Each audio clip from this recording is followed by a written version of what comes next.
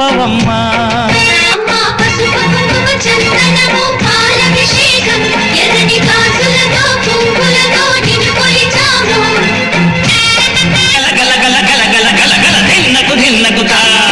గజ్జలనే కట్టి ఢమరుకమే పట్టి నాట్యమే చేయుట అమ్మకు ఇష్టమట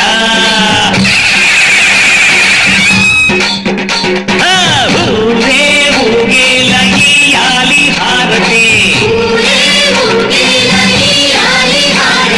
కాళీ నిన్ను శాంతపరిచేందుకు రుద్రనేత్రుండు శివుడైన సరితూగునా